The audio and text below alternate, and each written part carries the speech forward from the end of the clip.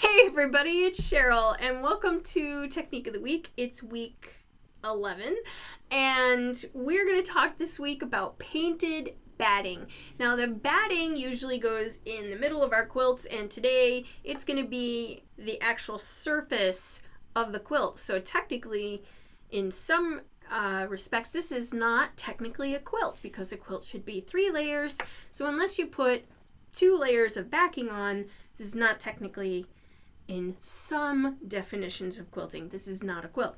But I'm going to show you the quilt first and then I'm going to show you how I did it.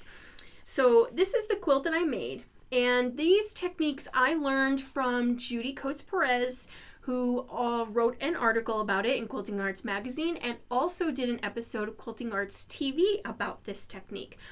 And what she did was she used fabric acrylic paints to paint the batting, and then in her quilts she actually painted designs right onto the quilt. So, but I didn't feel very comfortable with my painting skills painting onto the batting.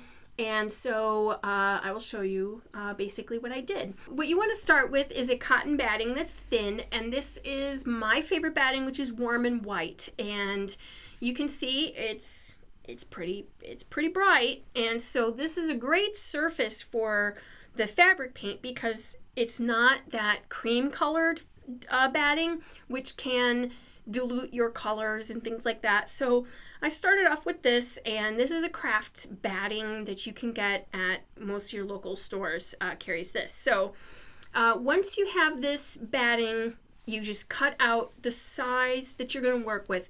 And my quilts are all 8x8 in this series, and so I cut out about 9-inch square of batting.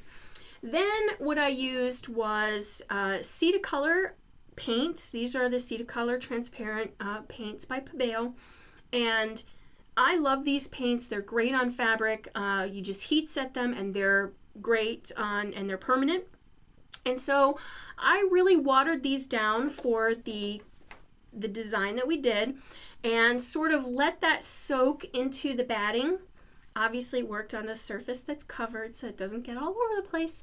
And then I let that completely dry and then used my awesome rubber stamp that I got, and I think I got this in the dollar bin.